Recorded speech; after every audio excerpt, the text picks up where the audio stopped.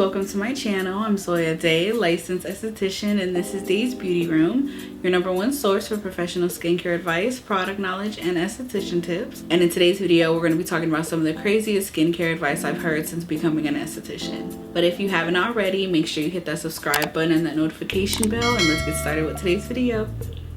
One of the most common skincare advice I've heard since becoming an esthetician has been using toothpaste to clear up a zit or a pimple.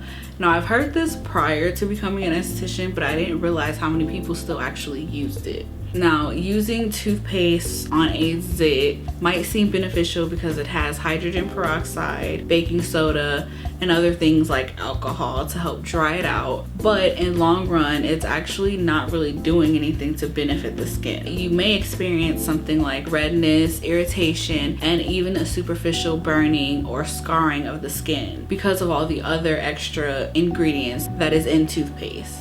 I actually had a client that had a few burn marks on her cheek area from where she used toothpaste to help take down a couple of her zits. And it actually took a few weeks to heal her skin and get it back to normal. So I definitely do not recommend using toothpaste on your zits. You can use other things like spot treatments, masks, or getting a facial from a licensed esthetician. So crazy advice number 2 is something I actually used to do when I was younger, thinking it was actually cleaning my skin, and that was the more you scrub and wash your face, the cleaner or healthier your skin will be. And I know using things like scrubs and physical exfoliation feels like it's really cleansing and making your skin super soft, which it is, but when you over exfoliate and over scrub the skin, you're actually going to be causing more irritation, redness, and actually worsening your breakouts.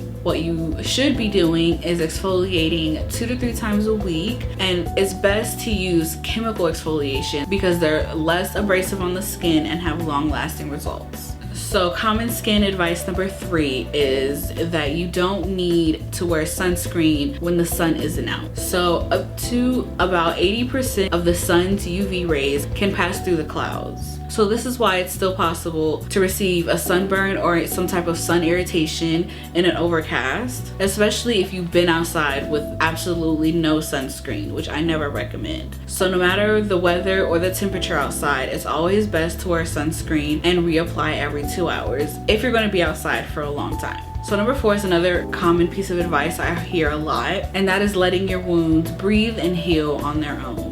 So when you get any type of cut, scratch, scrape, or even a breakout, you want to make sure you're keeping it very moist and hydrated so the skin can properly heal itself. Think of it like a tattoo. When you have a tattoo, you want to make sure that you're keeping it covered, you're keeping it moist, not messing with it or scratching at it or anything like that. That's kind of the same concept when you have a wound or a breakout. You want to keep the area from getting dry because that can cause itchiness and irritation on the skin. So for your wounds, you can use things like a topical ointment like Neosporin, Polysporin, or whatever other type of over-the-counter or doctor prescribed ointments that are meant to heal and treat wounds. Now for things like breakouts, you can use hydrating masks or serums or any type of acne healing treatments and ointments. So my 5th and final tip is something I hear a lot, and I definitely want to make sure that it is something that is debunked, and that's you don't need moisturizer if you have oily skin, which is the total opposite. If you have oily skin, you indeed need a moisturizer to help balance out the natural sebums in your skin. Plus, when you don't moisturize, you run the risk of facing outside factors like pollution, the sun's UVs, and other barrier damaging factors. Plus, excess cleaning of the skin without that extra hydration that you would get from moisturizing can damage the skin's natural moisture barrier, causing a loss of moisture within the skin, which in return is going to make your skin produce more sebum. That means your skin is going to produce more oil in order to replace the moisture that has just been lost. Now, keep in mind that skincare isn't one size fits all, but you want to make sure you're always following safe and healthy skincare practices. And if you want more skincare tips and advice, make sure you follow me on Instagram where I post daily. And don't forget to hit that subscribe button and that notification bell, and we'll see you in my next video.